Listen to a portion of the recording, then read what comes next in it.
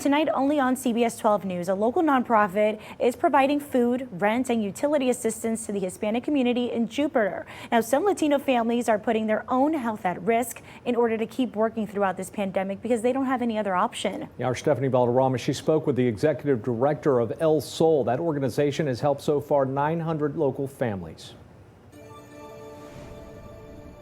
Keeping a roof over your head and food on your table, basic necessities families are struggling to do amid the pandemic, as companies have been forced to shut down, snowballing into massive layoffs and furloughs. Essential workers and those with the ability to work from home have been spared from job loss, but one community has not. The community that we serve here in Jupiter mainly work as day laborers. Suzanne Cordero is the executive director of El Sol in Jupiter, a nonprofit that works with the Hispanic community. Cordero says many Hispanic families they work with don't have savings, and without consistent work, they have no income. People, they're afraid that they're going to be kicked out of their home. So families have continued to work through the pandemic, taking the risk of getting COVID-19 and then bringing it home to their families, which creates potentially deadly situations due to the living conditions of this minority group.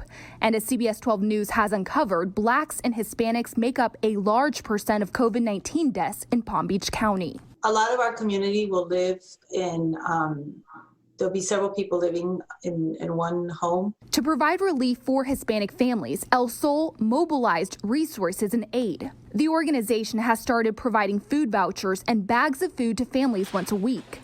They went from serving 800 individuals to nearly 900 local families.